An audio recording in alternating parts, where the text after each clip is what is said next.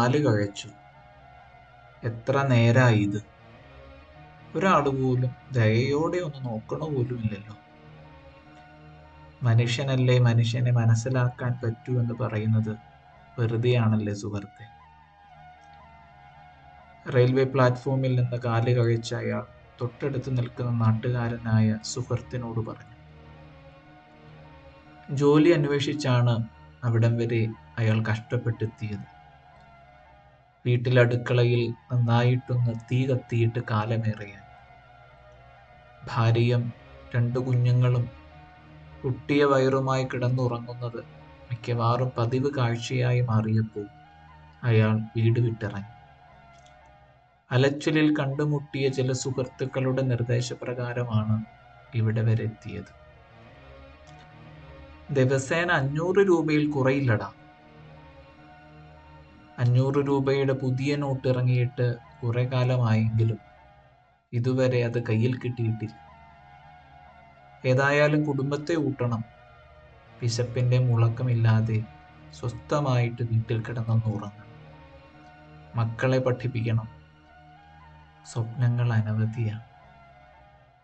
സ്വപ്നങ്ങൾ കാണാൻ ചെലവില്ലാത്തതുകൊണ്ട് ഒരുപാട് കാണും.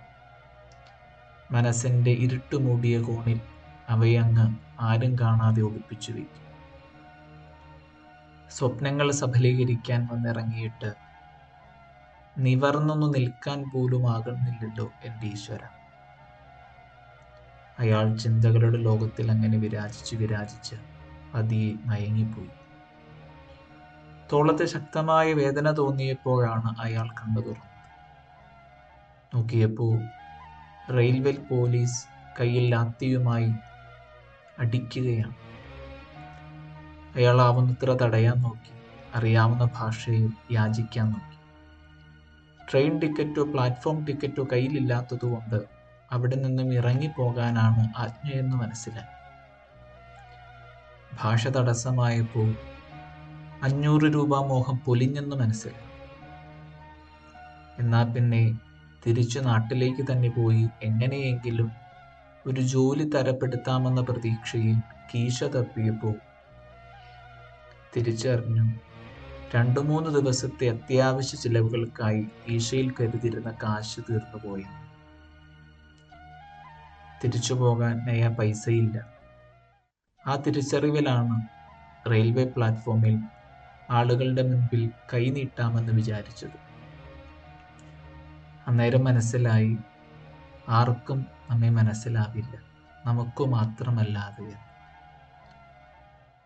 കൂടെ കൂടിയ 10ഓളം നാട്ടുകാർ സുഹൃത്തുക്കളായി. കാരണം എല്ലാവർക്കും ദുരിതം സമമാണ്. പട്ടിണി, ദാരിദ്ര്യം, തിരിച്ചു പോകാൻ കാശ്, കുറഞ്ഞത് ട്രെയിൻ ടിക്കറ്റിനെങ്കിൽ. പല പ്ലാറ്റ്ഫോമുകളിലായി യാചിക്കാമെന്ന് തീരുമാനിച്ചു.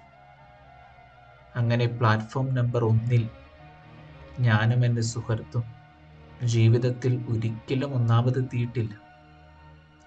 ഒന്നാമതെത്തിയവരുടെ മാനസിക സന്തോഷം എന്തെന്നും അറിയത്തില്ല. ഏതായാലും യാചിക്കുന്നതിൽ 1-ാം നമ്പർ പ്ലാറ്റ്ഫോമിൽ തന്നെ നിൽക്കാൻ സാധിച്ചു.